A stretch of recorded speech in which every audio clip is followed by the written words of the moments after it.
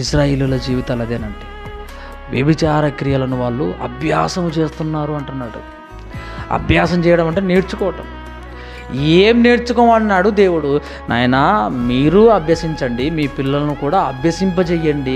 నా మాటలు, నా ఆజ్ఞలు, నా కట్టడలు ఏవైతే ఉన్నాయో వాటి ప్రకారంగా బ్రతికితేనే మన జీవితాలు బాగుంటాయని మీరు నేర్చుకోండి, మీ పిల్లలకు నేర్పించండి అంటే, ఇప్పుడు వీళ్ళు నేర్చుకున్నది ఏంటి? వ్యభిచారము చేయడం నేర్చుకుంటున్నారు, ఆ క్రియలు నేర్చుకుంటున్నారు. తరతరాలు అది ఒక ఆచారంగా వస్తుందండి. వ్యభిచారం చేసేది ఆచారంగా వస్తుంది. మరి మనం ఏం అభ్యసిస్తున్నామని చెప్పండి మన ఆత్మీయ జీవితంలో? ఈ అంత్యదినాల్లో బ్రతుకుతున్నప్పుడు మనం వేటిని మనం అభ్యసిస్తున్నాం? లోకంలో ఉన్న విషయాలను మనం అభ్యసిస్తున్నామా? ఒక పాపం ఎలా చెయ్యాలో మనం నేర్చుకుంటున్నామా? లేదా దేవుడి పని ఉంది, ఒక మీటింగ్ ఉంది, ఈ మీటింగ్ను ఇలా చేస్తే బాగుంటుందా? లేదా నా సంఘాన్ని ఇలా క్రమంలో పెడితే బాగుంటుందా అని ఇలాగా నువ్వు ఆలోచిస్తున్నావా? ఎలా ఆలోచిస్తున్నావు చెప్పు? ఏం అభ్యసిస్తున్నావు నువ్వు దేవుడి పనిలో ఉండటానికి? ఏం నేర్చుకుంటున్నావు దేవుడి పనిలో నువ్వు గొప్పవాడిగా నిలబడటానికి చెప్పు?